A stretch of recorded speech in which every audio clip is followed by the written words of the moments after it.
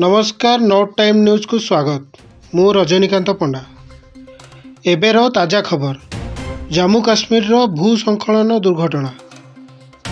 वैष्णोदेवी यात्रा रास्तार भूस्खलन जोगु 30 जनकर मृत्यु होईछि एवं अनेक भक्त आहत होइछन्ति। रिलीफ एवं उद्धार कार्य चली यात्रा को वर्तमान पई बंद करा जाइछि।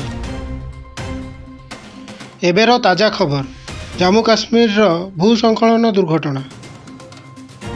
मंगलवार संध्या प्राय 3टारे प्रबल वर्षा पर जम्मू एवं काश्मीर कटरा ठारे माता वैष्णोदेवी यात्रा रास्तार एक बड़ भूस्खलन होइतिला, जहा फल डर्जन डर्जन भक्त भग्नावशेष मध्य फसी रही। हठात अर्धकुआरी निकटस्थ इंद्रप्रस्थ रेस्टोरेंट निकट रास्तार माटी एवं पत्थर पड़ जाइतिला। ठीक सेतिकी बेले एही दुर्घटना घटितिला। वर्तमान एबर ताजा खबर जम्मू काश्मीर भूस्खलन दुर्घटना। दुर्घटना 30 जन श्रद्धालुंक मृत्यु होइथिबा बेले प्राय 23 जन आहत होइछन्ति एवं अनेक लोक एबे भी फसी रहिछन्ति। किछि कही होउनी आगुकु मृत्यु संख्या वृद्धि पाई पारे। एबेर ताजा खबर जम्मू काश्मीर भूस्खलन दुर्घटना। यात्रा को तुरंत बंद करा जाइछि। रिलीफ एवं उद्धार पई सेना, एनडीआरएफ, एसडीआरएफ आउ स्थानीय प्रशासनर दल एथिरे नियोजित अछन्ति।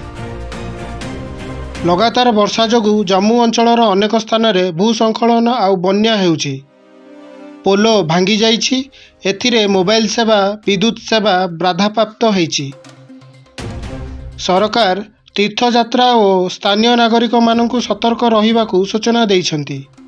तापरे सरकारी अपडेट प्रति ध्यान देबाकु आउ सुरक्षित स्थान रे रहिबाकु परामर्श मध्य दैछन्ति।